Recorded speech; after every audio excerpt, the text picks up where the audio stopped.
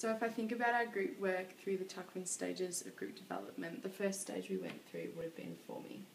This is when the group's coming together and they don't really know each other, and so they're just getting to know their expectations. And as a group, we didn't really know anyone else in the group, so we had to kind of get to know what our expectations were for the group chapter and gain a set of common goals. This included what we wanted to achieve, how much work we wanted to put into it, and what each of us would do. So this is when we actually made first contact, and at first it was quite difficult because none of us knew each other and we didn't know how to gain that contact at first.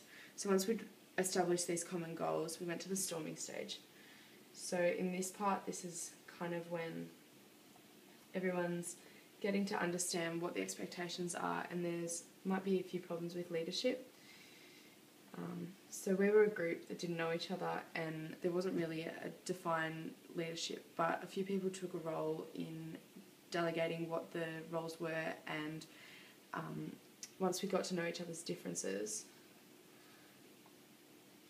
we kind of just established a leadership. But at first it was really quite difficult with the communication, which is often difficult in the storming phase, because it was really hard communicating because we didn't have a way to communicate at first, and it was difficult meeting up as groups. Some people wouldn't turn up, and other times they'd say they'd be there but they didn't actually come up. So that was a bit of a problem.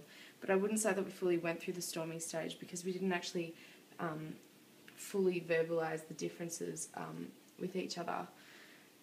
It just kind of worked out how it was. So then we kind of went on to the norming stage, but I wouldn't say we fully went through storming.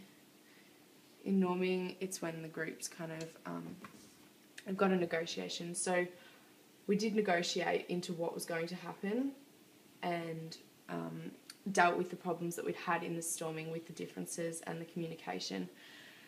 So in norming, usually got working out your roles and negotiating it. This is when we probably started to actually get the group chapter together, and we all worked out our separate roles and what part we were going to do for the group.